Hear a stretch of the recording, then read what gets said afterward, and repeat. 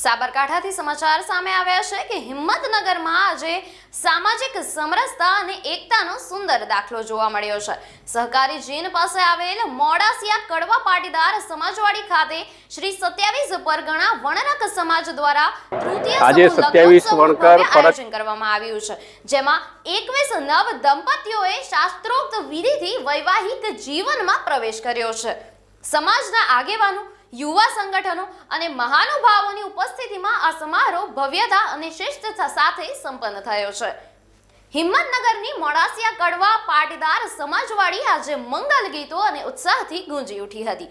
શ્રી 27 પરગણા વણરક સમાજના તૃતીય સમૂહ લગ્નોત્સવમાં 21 નવ દંપતીઓને લગ્ન ઉપરાંત ઘર વપરાશની જરૂરી ચીજ વસ્તુઓ ભેટ આપવામાં આવી છે।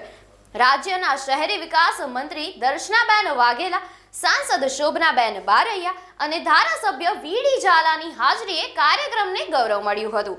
આ સમૂહ લગ્નોત્સવે ખોટા ખર્ચ પર અંકુશ લાવી સમાજના આર્થિક અને સામાજિક ઉત્થાનોને સંદેશ આપ્યો છે।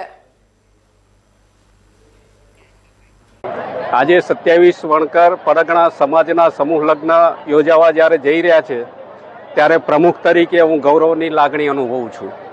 સાથે સાથે સમૂહ લગ્ન આયોજન એ માત્ર આર્થિક પરિબળ નથી, પણ સમાજની એક એકતા દર્શાવે છે।